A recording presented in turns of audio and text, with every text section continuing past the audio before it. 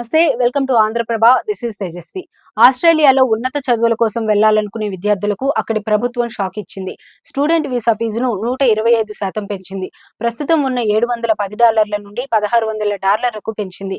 మన కరెన్సీలో ఇది 39,546 నుండి 89,118 రూపాయలకు పెరిగింది. పెంచిన వీసా ఫీజులు జూలై 1 నుంచే అమల్లోకి వచ్చాయి.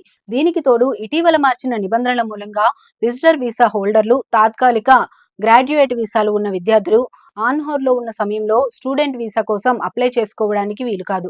కొత్త నిబంధనలు, మార్పుల మూలంగా అంతర్జాతీయ విద్యా వ్యవస్థ సమగ్రతను పునరుద్ధరించడంలో సహాయపడుతుందని ఆస్ట్రేలియా హోంమంత్రి క్లేర్ ఓనీల్ సోమవారం నాడు ఒక ప్రకటనలో అభిప్రాయపడ్డారు. ఆస్ట్రేలియా కోసం చిన్న, ఉత్తమమైన మైగ్రేషన్ విధానాన్ని ఇవి సృష్టిస్తాయన్నారు. ఆస్ట్రేలియా భారీగా వీసా ఫీజులు పెంచడంతో భారతీయ విద్యార్థులపై గణనీయమైన ప్రభావం పడనుంది. చాలా మంది విద్యార్థులు ఆస్ట్రేలియాను ఎంపిక చేసుకుంటున్నారు. ప్రస్తుతం అన్ని పాపులర్ దేశాల కంటే ఆస్ట్రేలియా వీసా ఫీజు ఎక్కువగా ఉంది.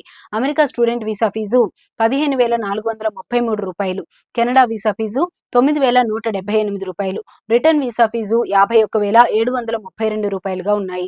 భారత్ నుండి ఎక్కువ మంది విద్యార్థులు ఆస్ట్రేలియాకు మేనేజ్మెంట్ కోర్సుల్లో చేరేందుకు ఆసక్తి చూపిస్తుంటారు. ఆస్ట్రేలియాకు భారీగా వలసలు రాకుండా నిరోధించడంతో పాటు విద్యతో మరింత నాణ్యత ప్రమాణాలను పెంచాలని అక్కడి ప్రభుత్వం ప్రయత్నిస్తోందని ఢిల్లీలో ప్రముఖ కన్సల్టెంట్ అభిప్రాయపడ్డారు.